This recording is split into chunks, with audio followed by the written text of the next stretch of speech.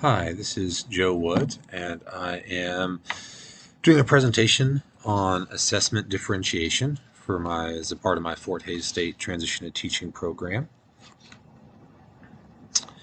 The objective for this assignment is to discuss why modifying assessments for some students and not others may be necessary, and how do we incorporate that into the classroom.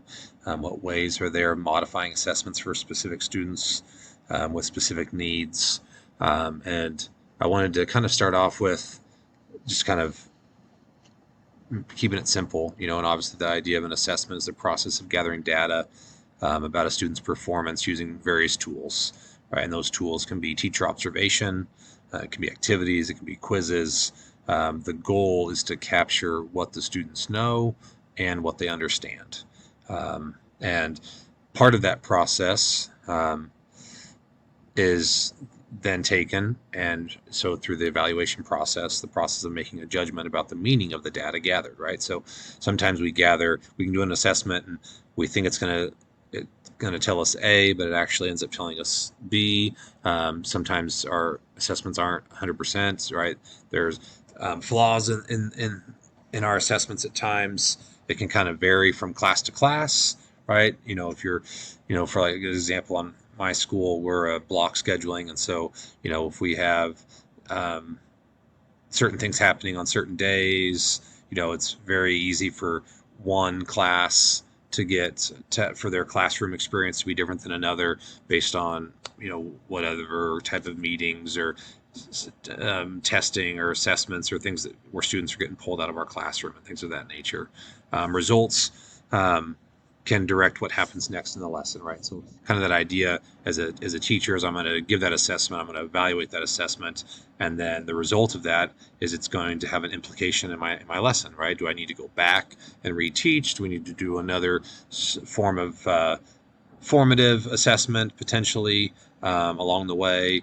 So a lot of times your formative assessments can be educational as well, right? So, and it's going to affect the instructional sequence and inform students of their progress as well, kind of where they're. So assessment tools, one of the resources that we had for this module basically talks about formative and summative, which formative assessments are assessments that are kind of a part of the learning process, right? And it's where essentially learning is happening and being formed. Summative is more of an assessment that's at the end, after the formation of a student or a development of the student in the learning process. And so to kind of give you that end result, right? So maybe after the end of a unit might be a summative before you move on to another unit that might be drastically different, depending on the type of class that you're teaching. And so formative assessments can infect, or what kind of, in my mind, I like the formative assessments, especially as a new teacher, because I want those smaller incremental checks along the way. It affects instructional sequence, and it informs students of their progress, and it informs me of kind of my progress to a certain extent. No offense to my students of a first and second year teacher, but their teachers we're figuring it out as we go, especially in the transition to teaching process, is that we're learning what is being effective and learning what's not being effective, and also taking that information and not necessarily letting it permanently influence us, because sometimes the very same lesson can work for one class and not work for another class. And it could be as simple as it was an 8 o'clock in the morning class the day after some kind of late sporting event that a good portion of your students are in, things of that nature. There's lots of factors and variables. And then summative, is that student progress and mastery is formally judged. And a lot of times when you think of a summative assessment, a lot of times I think of like state assessments and things of that nature that really kind of take it to the next level. So the assessments, how to make it work, to me, it's all about establishing clear learning goals, and that kind of comes from me being a rookie. Is that I feel like I learned the importance of clear learning goals by not necessarily having them, right? Or through my first year and a half, kind of fine tuning those learning goals, and defining, okay, what is an actual level of mastery? Because what I thought was a level of mastery, I always joke that I feel like as you come in as a new teacher or as a new coach, you're gonna come in, you're either gonna be too hard or you're gonna be too soft. Very rarely do you get it right the first time as a rookie. And so figuring out what that level of mastery is and properly communicating it with the students, and that third bullet there, the student involvement in the goal setting process is huge for me. And that was a big piece, I would say, of my success as a first year teacher. I came in and we unfortunately had a suicide a couple weeks before school, my first year, and it was an incoming freshman. And so our school was on relationship mode, very much so, and so we really, really pushed the first 2 weeks to really develop relationships with our students. And as I did that, I kind of kept that same trend going. It was like, let's get to know each other, let's have conversations, open dialogue. Like this is the expectations for the next unit. And I honestly kind of, just because of that relational piece that our school was focused on, I naturally incorporated more student involvement in the goal setting process than normal, and I absolutely incorporated more choice as I got comfortable. As a new teacher, it was really hard to, I told them that, and I actually used that. I told my students, I said, hey, I'm a first year teacher. Let me do this assessment first. And then I want to do this one for the second one, this one for the third one. And then as I get more comfortable with these, then I started giving the students more and more choice throughout my first year.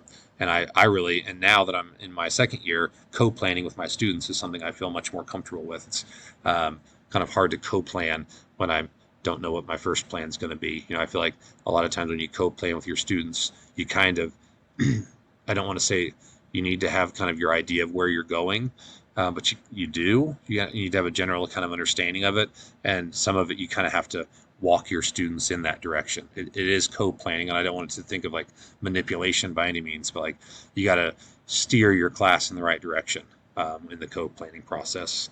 One of the Ferguson, which I've got mentioned in my reference page, talked a lot about inequality and how inequality starts in the education system, and our ability to do proper assessments can help mitigate that educational gap. And one of the things, that achievement gap that's present through and kind of helps lay the framework for inequality in the future, and basically talked about how we need to do a better job of supporting families. It was actually really kind of cool. There was they interviewed one of the moms and basically talked about some of the systems and the processes that they used in school. I think it was an elementary method with a clip up of the clip chart where you clip up and clip down, and they actually created ways where parents could use that same clip system at home. And so now all of a sudden you have the same system being used at home as you do in the school, and I can definitely see some major benefits to that happening. And so I thought that was really, really kind of cool, but especially to give some attention to this idea that we need to make sure that we're trying to really help mitigate inequality and help to minimize the achievement gap, and how to make sure that we're holding kids accountable and really kind of helping to try to raise the standard that they have for themselves in a number of those areas. So there was another person, Hayes, that spoke when it came to kind of the special education piece, when it came to assessments, and basically talked really similarly about how you need to really have a similar plan. Obviously, there's going to be modifications, but the big thing with students that might have an IEP or 504 plan or whatever it might be is to build relationships with them, treat them the same, keep the standards high, and inspire them to work harder.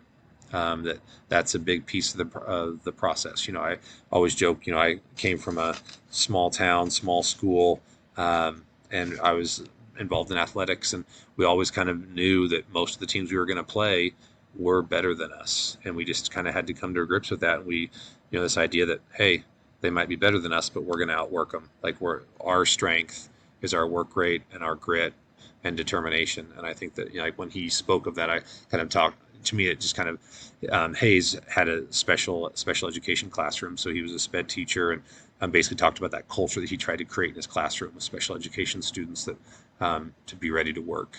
Then some of the drawback concerns of the assessments is, basically in making it work is how do you do your assessments without over testing, right? Because by the time you combine state testing with teacher assessments, how do you balance that properly without over testing or over assessing your students? And on that same time frame, how do you balance the idea of short-term versus long-term success and making sure that we're doing the little things to see those short-term markers, but also with that the long-term markers as our primary focus.